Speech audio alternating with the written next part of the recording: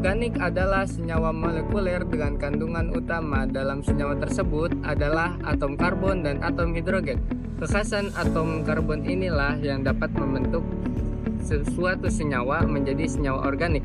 Hal unik dari atom karbon adalah kemampuannya untuk mengikat atom karbon lain dengan menghasilkan rantai atau cincin dengan panjang yang beragam. Beberapa unsur memiliki kemampuan terbatas untuk membentuk rantai atau cincin seperti atom karbon. Hanya atom karbon yang dapat melakukan hal ini dengan sejumlah atom lain, seperti oksigen, nitrogen, dan belerang melalui ikatan tunggal atau ikatan rangkap. Senyawa anorganik adalah jenis senyawa kimia yang umumnya tidak mengandung karbon sebagai unsur utama.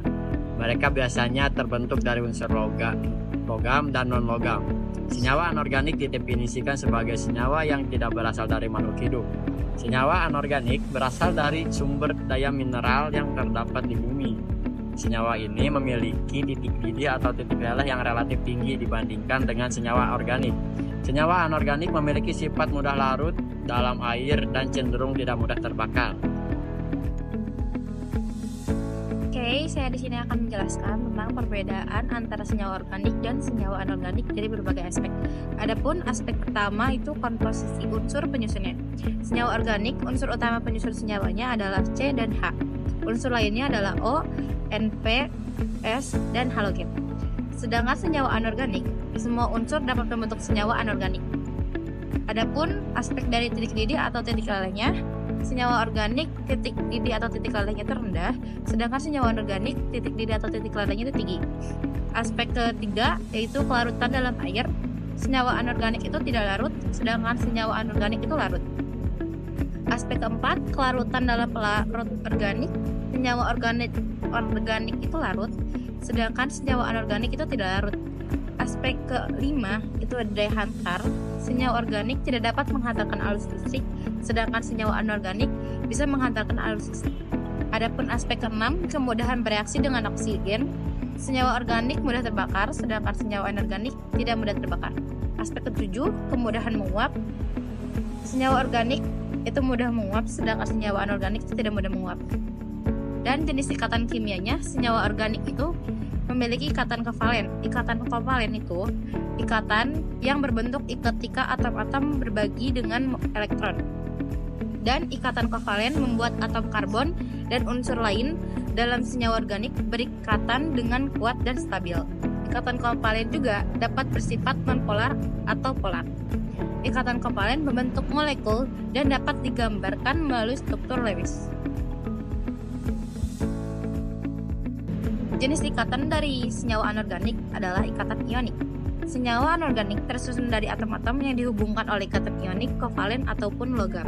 Ikatan ionik terjadi antara unsur yang elektronegatif positif atau logam alkali dengan unsur yang elektronegatif atau halogen. Sedangkan ikatan kovalen terjadi antara unsur dengan elektronegativitas yang berdekatan. Contoh dari senyawa organik yang sering digunakan dalam kehidupan sehari-hari yaitu glukosa atau senyawa kimianya C6H12O6. Biasanya digunakan sebagai sumber energi utama bagi tubuh. Yang kedua, sukrosa atau nama senyawa kimianya C12H22O11. Contohnya gula dan tebu, biasanya digunakan sebagai pemanis. Yang ketiga, etil alkohol atau senyawa kimianya C2H5OH, digunakan dalam minuman beralkohol dan antiseptik. Yang keempat, asam asetat atau senyawa kimianya C2H4O2. Bahan utamanya yaitu cuka, digunakan dalam memasak dan pengawetan. Yang kelima, selulosa atau senyawa kimianya C6H10O5. Biasanya terdapat pada komponen struktural pada tumbuhan, berfungsi sebagai serat makanan. Senyawa-senyawa ini memiliki berbagai aplikasi penting dalam kehidupan sehari-hari. Senyawa anorganik adalah senyawa yang tidak memiliki ikatan karbon, hidrogen seperti yang umumnya ditemukan pada senyawa organik. Anorganik dapat digunakan dalam kehidupan sehari-hari, yaitu contohnya adalah air. Air nama senyawa kimianya itu adalah H2O. digunakan untuk minum, memasak, mencuci, dan kebutuhan sehari-hari lainnya. Dan yang kedua itu adalah garam dapur atau kita bisa disebut dengan NaCl, digunakan sebagai bumbu dapur untuk memberikan rasa asin pada masakan.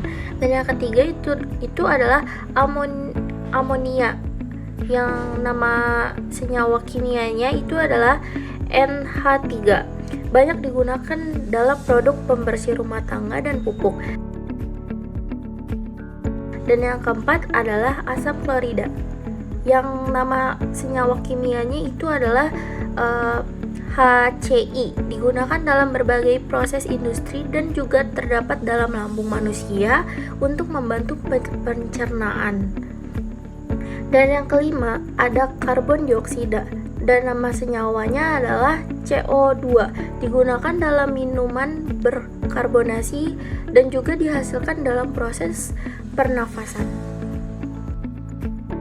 Setelah mempelajari berbagai macam contoh senyawa organik dan anorganik, setiap senyawa kimia tentunya memiliki nama spesifik untuk membedakannya dari senyawa yang lain.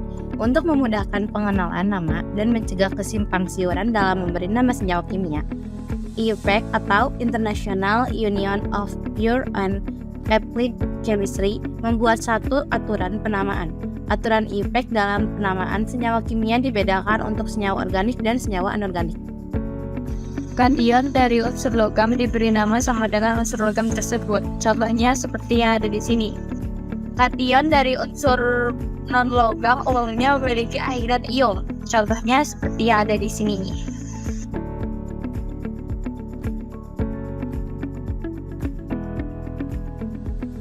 Ion monoatom diberi nama airan ida pada nama unsur tersebut. Contohnya seperti ini. Anion poliatom yang mengandung unsur oksigen diberi nama dengan airan at ataupun it. Airan at digunakan untuk anion poliatom yang memiliki atom O lebih banyak dibanding anion dengan airan it. Contohnya seperti ini. Anion yang diturunkan dari penambah H+ pada oxoanion diberi nama dengan menambah awalan hidrogen atau dihidrogen. Contohnya yaitu seperti ini.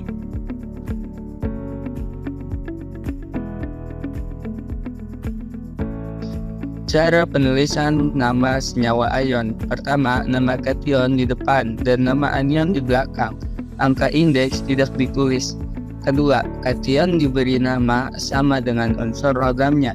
Jika logam memiliki bilangan oksidasi atau biloks beragam, maka biloks logam ditulis dengan angka Romawi dalam tanda kurung.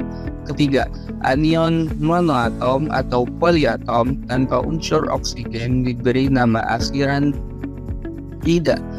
Anion polatium yang mengandung unsur oksigen diberi nama akhiran at atau it sesuai banyak jumlah atom O.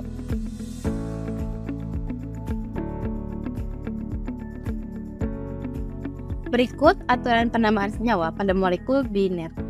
Adapun nama dari unsur yang terletak lebih kiri pada sistem periodik unsur ditulis terlebih dahulu sebagai unsur pertama.